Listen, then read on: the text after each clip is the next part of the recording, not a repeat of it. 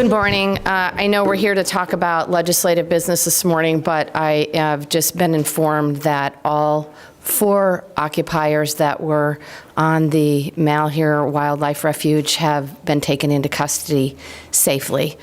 So it is with great relief and gratitude to the work of our FBI, our federal authorities, our Oregon State Police, and our local Sheriff's Association to report that. Questions? And I know you're all anxiously awaiting the minimum wage discussion on the Senate floor. I promise you there will be many hours of it. So. How do you feel about the current version of the minimum wage bill? It's different than what you proposed. That's correct. I'm very pleased that the legislature is moving forward. When I began this discussion several months ago, I was committed to raising the minimum wage this legislative session. I think it's important that we act now to support working families throughout the state, and I'm pleased to see a bill moving forward. There was some movement yesterday on several housing bills, inclusionary zoning. I know they're in kind of a stasis, though. They're working some details out. Where do you stand on the 3 pieces in play, the renter relief protections, the land use changes, and inclusionary zoning? Well, I'm not going to commit to signing any particular piece of legislation until we've had an opportunity to thoroughly review the bills. What I would say is I think it's extremely important to provide local jurisdictions with additional tools to remove barriers for developing affordable housing. And to the extent that the legislation moves forward in that direction, I will be looking forward to having it come to my desk. Do you agree with some of the opponents of inclusionary zoning who have characterized this as partial rent control, or do you see it as something, like you said, a tool for encouraging affordable development? I would say that inclusionary zoning is a tool for local communities to use. The other piece that's really important about inclusionary zoning is making sure that we have communities with folks with mixed incomes living in them. That's a healthy thing for those particular communities, and that's why I support, generally speaking, the concept of inclusionary zoning. How about the land use piece that moved forward, that pilot program? I understand Representative Stark has a pilot project. I'm certainly open to considering it.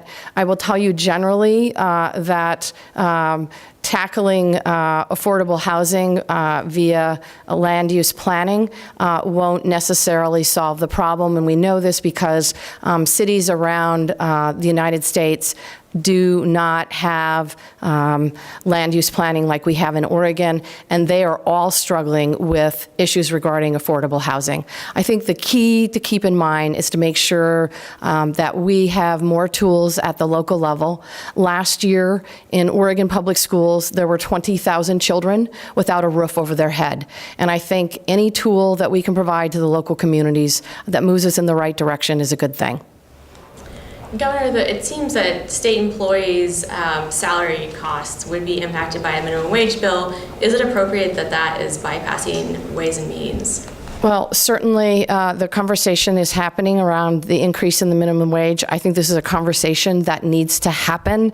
And I think, frankly, if you're a state employee or a private sector employee and making $1,800 a month and raising 1 or 2 children, you are barely struggling to make ends meet. You are barely struggling to meet your costs of housing, to meet your food costs, to meet your child care costs. And so, yes, I think it's important that we increase the minimum wage because it impacts families who are working for the public sector or working for the private sector. But should it go to Ways and Means? I'm very pleased to see the bill moving to the Senate floor. Do you anticipate further changes in the House? I mean, do you think this is the final version, or do you think that's pretty unlikely at this point? Well, Saul, this is a legislative process, and I don't think it's over until it's over. But I'm hopeful that the proposal will move forward off the Senate floor through the House quickly. The House Bill 4036, the coal to clean transition bill, moved out of committee today and it's going to the House floor. given that environment, protecting the environment is kind of a key piece of your governorship. What do you think about kind of the process that the bill has taken to get to the point right now, kind of the negotiations and the fact that some of the committee members still have some concerns? They voted for it, but they want to see some more changes. I mean, can you give me your overall thoughts on the bill? Sure. I think that was about 8 questions packed into one, but let me try and respond.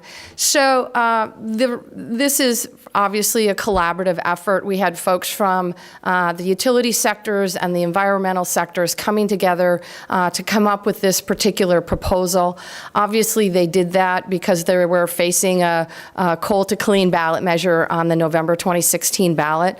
But the fact that they were able to get into a room, I know they spent many, many days negotiating. I think that's a good thing. I think that's a very collaborative approach, and I think that's how we like to solve problems in Oregon.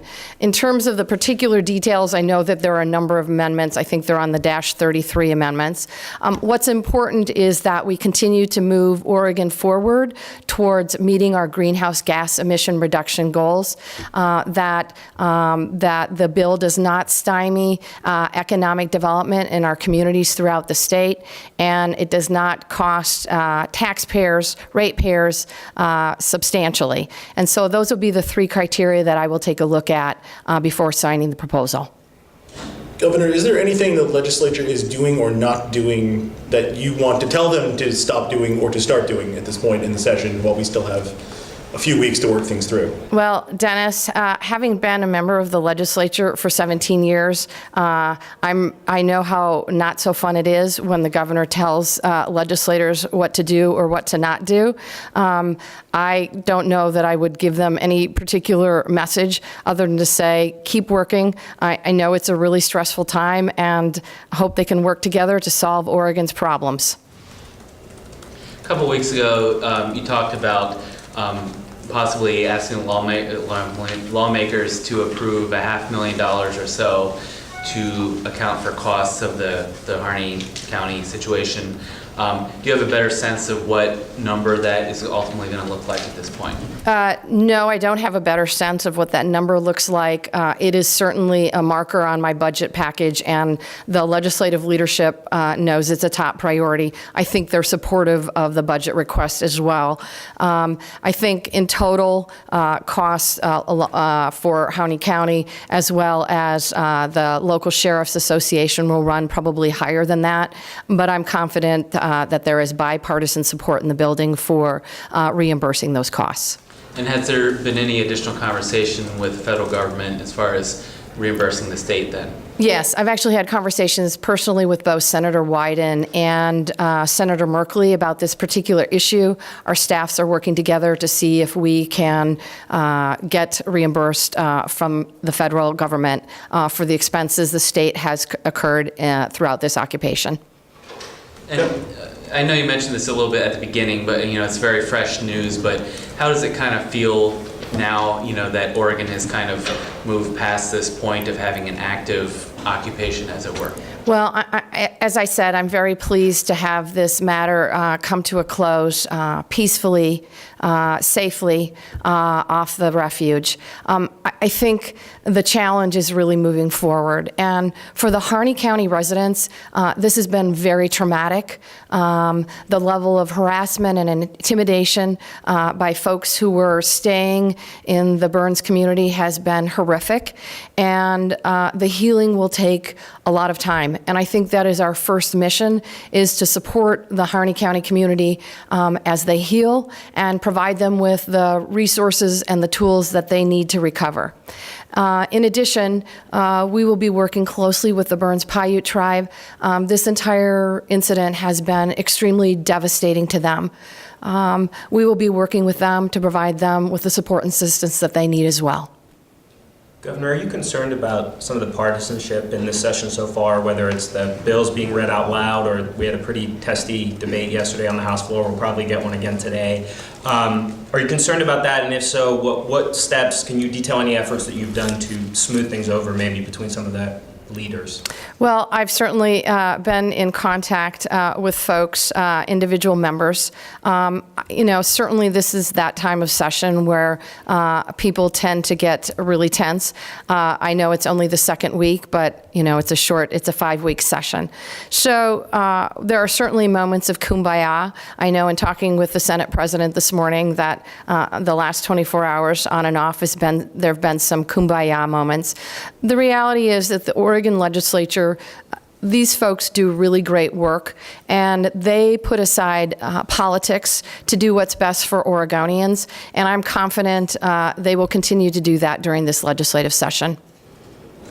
Governor, previously you'd mentioned that there needs to be more engagement on federal lands issues, so things have the standoff just wrapped up, but what do you anticipate happening next as far as some of those concerns? Well, I'll certainly be having conversations with our congressional delegation, and we'll continue the conversations that I've started with folks at the federal level, for example, Department of Interior, Sally Jewell. So we're just beginning those conversations now, but we'll be working closely with our federal delegation. Is there anything specific that you are hoping for to happen? I'll be working with the federal delegation. Governor, we've had some chemical release issues up in Portland in a couple neighborhoods, and apparently your house is in one of those areas. Is there any thought on that, or what's happening with it? Certainly. My first thought is that I want answers, and so I sent a letter to both DEQ and OHA and have requested the information by tomorrow. And secondly, my priority was to make sure that they provided as much information to the community as possible. They had a very extensive town hall meeting on Tuesday, but those efforts to communicate to the residents of Southeast Portland are continuing. And then lastly, I'm convening my policy advisors to tackle next steps, action steps that we can take to get to the bottom of this as quickly as possible. Last question, please. Governor, are you planning on going to the memorial service tomorrow on Seaside? Yes, I am. All right. Thank you all very much.